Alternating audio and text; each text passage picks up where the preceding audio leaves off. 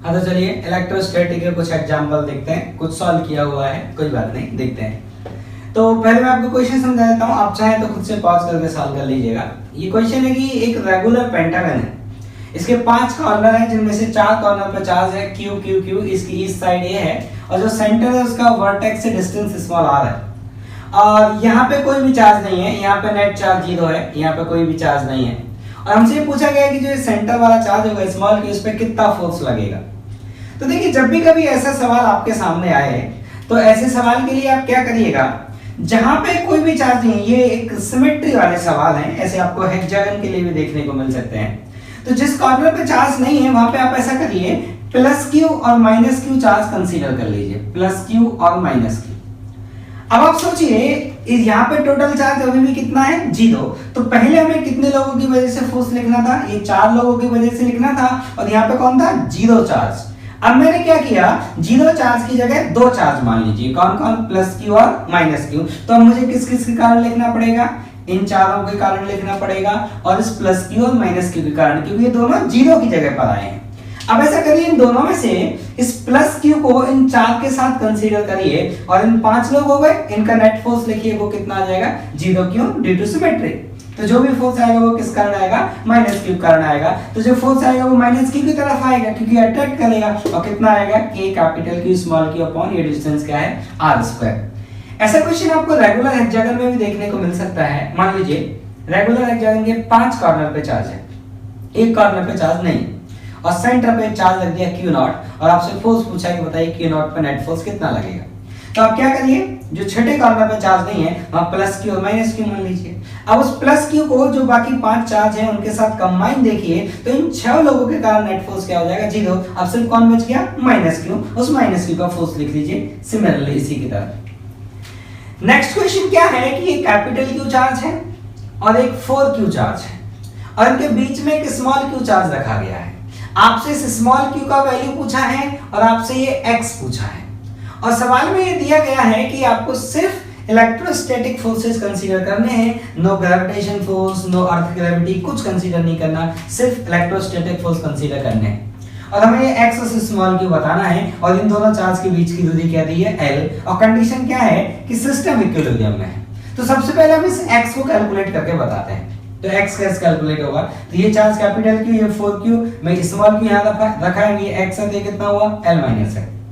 अब small q पे capital Q भी फोर्स लगाएगा और 4q भी फोर्स लगाएगा, दोनों का नेट फोर्स 0 आना चाहिए। तो नेट फोर्स 0 तभी आएगा तो ये जो 2 का फोर्स वेक्टर आएगा, इसका एक अपना फोर्स वेक्टर और इसका एक अपना फोर्स वेक्टर, दोनों का सम हम 0 चाहते हैं। तो दोनों वेक्टर का मैग्नीट्यूड क्या होना चाहिए, बराबर होना चाहिए। तो इसके फोर्स का मैग्नीट्यूड इतना हुआ, इसके फोर्स का मैग्नीट्यूड इतना हुआ, ये दोनों बराबर होने चाहिए। तो यहाँ से देखिए k capital Q mod Q, k capital Q mod Q cut जाएगा, यहाँ 1/x² बचेगा, यहाँ 4/l-x², मैंने रूट लिया तो यहाँ 1/x, यहाँ 2/l-x। फिर क्रॉस मल्टीप्लाई करके सॉल्व करिए, x का वैल्यू क्या है l/3, तो यहाँ से आपको x मिल गया।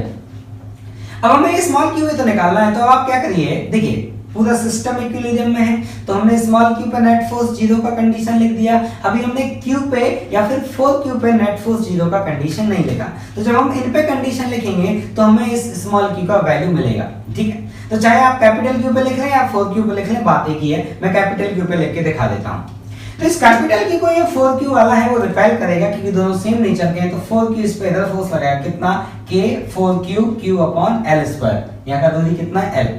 तो ये जो स्मॉल q का फोर्स है वो इस डायरेक्शन में आना चाहिए क्योंकि तभी तो इन 2 का सम 0 आएगा। मतलब स्मॉल q का जो पोलैरिटी है वो कैपिटल Q के क्या होनी चाहिए, अपोजिट होनी चाहिए। तो मतलब अगर कैपिटल Q पॉजिटिव है तो स्मॉल q को कैसा होना पड़ेगा, नेगेटिव होना पड़ेगा। और अगर ये डिस्टेंस x है तो ये इसको अट्रैक्ट करेगा, फोर्स कितना आ जाएगा k चार्ज का मल्टीप्लिकेशन अपॉन x²। अब ये दोनों बराबर होने चाहिए। तो देखिए यहाँ पे मैंने लिखा ये वाला फोर्स का मैग्नीट्यूड और ये वाला फोर्स का मैग्नीट्यूड दोनों बराबर होने चाहिए, डायरेक्शन अपोजिट है। हमने मान लिया कि इसका पोलैरिटी क्या है, अपोजिट है। तो इसको सॉल्व करेंगे तो मॉड q का वैल्यू कितना है, x का वैल्यू कितना है l/3, यहाँ पुट करेंगे, मॉड q कितना आया 4q/9। अब मैं इसको अगर विद पोलैरिटी लिखूं तो इसकी अपोजिट पोलैरिटी है, तो ये अगर पॉजिटिव है तो वो क्या होगा, नेगेटिव। तो q कितना आ गया -4q/9। ठीक, नेक्स्ट क्वेश्चन ये है कि एक रॉड है जिसपे चार्ज यूनिफॉर्मली डिस्ट्रीब्यूटेड है और यहाँ से कुछ दूरी पे एक स्मॉल q चार्ज रखा है और हमें ये इसको हम क्यू नॉट मान लेते हैं, एक क्यू नॉट चार्ज रखा है और हमें इस क्यू नॉट चार्ज पे नेट फोर्स बताना है कि इस रॉड ने क्यू नॉट पे नेट कितना फोर्स लगाया। सॉल्व करने का तरीका बताता हूं। तो देखिए, पहले तो मैं यूनिफॉर्म डिस्ट्रीब्यूशन का मतलब बता देता हूं। यूनिफॉर्म डिस्ट्रीब्यूशन का मतलब है कि इस रॉड में से कहीं से भी dx लेंथ का टुकड़ा काटो, ईच dx लेंथ के टुकड़े में जो चार्ज आएगा वो बराबर होगा, इसको बोलते हैं यूनिफॉर्म डिस्ट्रीब्यूशन। अगर dx में चार्ज अलग अलग आया तो उसको बोलते हैं नॉन यूनिफॉर्म डिस्ट्रीब्यूशन। जैसे हमारे देश में जो पैसे का डिस्ट्रीब्यूशन है वो यूनिफॉर्म नहीं है। क्यों? क्योंकि किसी के पास कम है और किसी के पास ज्यादा है। तो इस चार्ज का डिस्ट्रीब्यूशन रॉड में कैसा है? यूनिफॉर्म। तो मैंने क्या किया, यहां से x पे जाके dx का एलिमेंट माना। तो देखिए, अब आपको ये कैसे समझेगा कि हमें इंटीग्रेशन करना है। तो जो कूलम्ब्स लॉ है वो दो पॉइंट चार्ज के बीच का फोर्स है। अब ये रॉड तो पॉइंट चार्ज नहीं है तो मैं सीधा कूलम्ब्स लॉ नहीं लगा सकता, तो फिर मुझे क्या करना पड़ेगा? इंटीग्रेशन। तो मैंने क्या किया, यहां से x दूरी पे जाके dx मोटाई का एलिमेंट लिया। अब dx मोटाई के एलिमेंट में चार्ज कितना होगा? तो सुनिए, l लेंथ में कितना चार्ज है? q। तो यूनिट लेंथ में कितना आएगा? q/l। तो dx लेंथ में कितना आएगा? q/l into dx। तो ये dq चार्ज हुआ इस dx लेंथ में कितना? q/l into dx। अब जो ये q नॉट है, अब इस रॉड में ऐसे बहुत सारे dq होंगे, सब अपने अपने हिस्से का फोर्स लगाएंगे। तो हम सबके फोर्स का क्या कर लेंगे? टोटल। तो सबके फोर्स का हम टोटल कर लेंगे तो वो कौन हो जाएगा? q नॉट पर रॉड का नेट फोर्स। तो मैं आपको लिख के दिखाता हूं। तो इस dq ने जो फोर्स लगाया, थोड़ा सा फोर्स df, उसका वैल्यू कितना आया हुआ है? k q not that dq upon x square. आप इसमें dq का वैल्यू पुट कर दें तो कितना आया? k q not upon x square into q dx upon l। अब देखिए, हमको आगे फर्दर सॉल्व करना है तो इंटीग्रेशन करेंगे तो f आएगा कितना? k capital q not upon l integration of 1 upon x square dx। अब देखिए x का लिमिट कैसे लगेगा। तो आपके जो छोटे छोटे एलिमेंट हैं ये कहां से कहां तक फैले हुए हैं रॉड में? इस कॉर्नर से लेके इस कॉर्नर तक। मतलब आपको जिन एलिमेंट का फोर्स लिखना है वो एलिमेंट यहां से लेके यहां तक फैले हुए हैं। तो इस वाले का x की वैल्यू क्या होगी? इस वाले के लिए a, और इस वाले के लिए x की वैल्यू क्या होगी? a plus l। तो x कहां से कहां तक वैरी करेगा? a से लेकर a प्लस l। तो सॉल्व किया जाए इसको तो f का वैल्यू कितना आया? k capital q not upon l। इसका इंटीग्रेशन क्या होगा? तो आप समझदार हैं, ये आया -1 अपॉन x, कहां से कहां तक? a से लेके a प्लस l तक। इसको सॉल्व किया जाए तो f का जो वैल्यू आया k capital q not upon l into 1 upon a minus 1 upon a plus l। तो इसको सॉल्व करिए, f का जो वैल्यू आया वो है k capital q not into l upon l into a plus l into a। तो l से l कट जाएगा तो l से l हटा, ये लो कट गया। ठीक। अब देखिए नेक्स्ट क्वेश्चन। नेक्स्ट क्वेश्चन ये है कि दो रस्सी हैं, दो चार्ज हैं, दो मास हैं और ग्रेविटी कंसीडर करना है। ग्रेविटी डाउनवर्ड है जी, ग्रेविटी कंसीडर करना है। तो ये एंगल θ1 है और ये एंगल θ2 है। तो ये सिस्टम इक्विलिब्रियम में है। तो सिस्टम इक्विलिब्रियम में तो आपको ये बताना है कि sin θ1 अपॉन sin θ2 कितना हो, इसकी वैल्यू आपको बतानी है। और ये सिस्टम किसमें है? इक्विलिब्रियम में है, ये गिवन है। ठीक। तो देखिए, तो कैसे सॉल्व होगा? आप चाहे तो पॉज करके सॉल्व कर सकते हैं, मैं सॉल्व करके दिखाता हूं। देखिए, ठीक, देखिए चार्ज वाला q1 m1, ये q2 m2 है। तो मैं ड्राइंग कर लेता हूं पहले।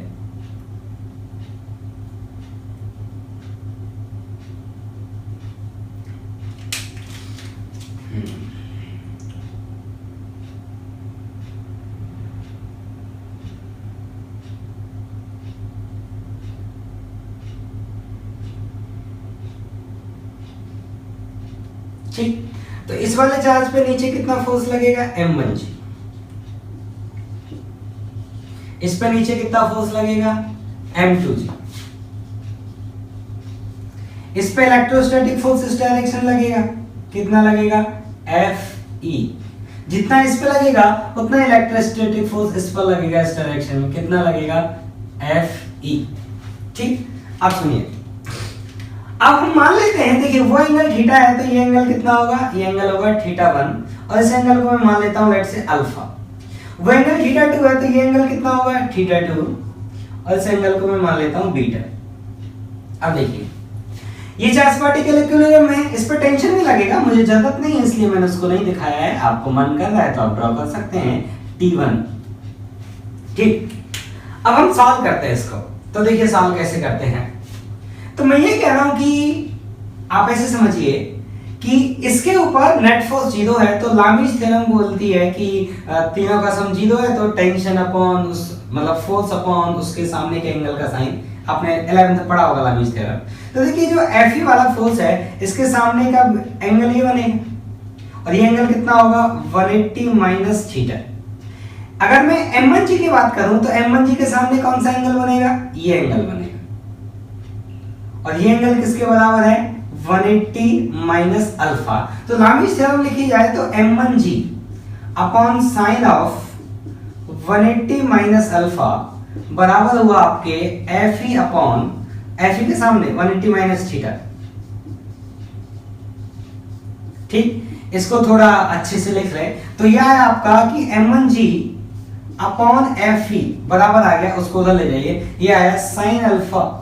इस एंगल को θ1 तो ये θ1 होगा, तो ये θ1 है, ये θ1 है, साइन θ1। ठीक, अब ऐसे ही आप सिमिलरली इसके लिए इक्वेशन लिखिए। तो देखिए आपका जो mg है, ये वाला जो mg है, हाँ यहाँ टेंशन लगेगा, मैंने बनाया नहीं क्योंकि मुझे जरूरत नहीं, T2 आप मान सकते हैं। ठीक, तो जो ये mg है, इस mg के सामने का एंगल कौन सा होगा, तो ये एंगल होगा mg के सामने का, और ये एंगल कितना होगा, ये एंगल होगा 180 माइनस बीटा। और जो Fe है, ये Fe, इस Fe के सामने का एंगल ये होगा और ये एंगल किसके बराबर होगा 180 माइनस θ2। तो इसके लिए भी आप लामीज थ्योरम लिख दीजिए कि M2G अपॉन M2G के सामने ये वाला एंगल कितना साइन ऑफ 180 माइनस बीटा बराबर आएगा किसके Fe अपॉन Fe के सामने का एंगल कितना है 180 माइनस θ2, तो साइन ऑफ 180 माइनस θ2। इसको सॉल्व करेंगे तो यह आया आपका कि M2G अपॉन Fe बराबर आया साइन बीटा अपॉन साइन θ2। ठीक, अब आप देखिए आपको एक ट्रायंगल दिख रहा है, ज्योमेट्रिकल ट्रायंगल, मैं ये लेंथ रस्सी की बात कर रहा हूं, ये दो और ये लाइन। तो आपने साइन रूल पढ़ा हुआ ट्रायंगल में, साइन रूल कहते हैं साइन अल्फा के सामने की लेंथ कौन है L2 और बीटा के सामने की लेंथ कौन है L1। तो आपने एक रूल पढ़ा था कि L1 अपॉन साइन बीटा जो बराबर होगा वो किसके बराबर होगा, that L2 upon sine alpha. इसका हमें यूज करना पड़ेगा। ठीक, इसका यूज होगा, तो कैसे यूज होगा वो भी सुनिए। तो आप ऐसा करिए, यहां से Fe का वैल्यू और यहां से Fe का वैल्यू, दोनों Fe का वैल्यू निकाल के इक्वेट कर दीजिए, या फिर आप ऐसा करिए इन दोनों में डिवाइड लगा दीजिए। तो क्या आया, ये आया M1G upon M2G equal to ये आया sine alpha upon sine beta into sine θ2 upon sine θ1। ठीक, अब आपको sine alpha upon sine beta भगाना है, तो आप यहां से देखिए sine alpha upon sine beta किसके बराबर है आपका L2/L1। तो साइन अल्फा मैं यहां पे वैल्यू पुट करता हूं, तो साइन θ2/साइन θ1 कितना आया, मैं डायरेक्ट लिखता हूं साइन θ2 अपॉन साइन θ1, ये बराबर आया आपका m1 अपॉन m2 इनटू ये ऊपर आएगा साइन बीटा, नीचे आएगा साइन अल्फा, तो sign beta upon sine beta को उधर भेजिए, तो sign beta upon sine alpha कितना आ जाएगा L1 अपॉन L2। तो इसकी जगह मैं क्या लिख सकता हूं L1 अपॉन L2। तो ये हो गया आपका आंसर कि साइन θ2 अपॉन साइन θ1 क्या होगा m2 sign θ sign m1 L1 upon m2 L2। अब आप सोचिए कि अगर m1 L1 m2 L2 के बराबर है तो जो ये एंगल आएगा वो एंगल क्या आएगा, बराबर आएगा। तो जब हमारे मास और चार्ज बराबर होते हैं तो देखिए मास बराबर लेंथ बराबर, उस वाले केस में एंगल हम बराबर मानते हैं क्योंकि ml ml दोनों क्या होते हैं, बराबर।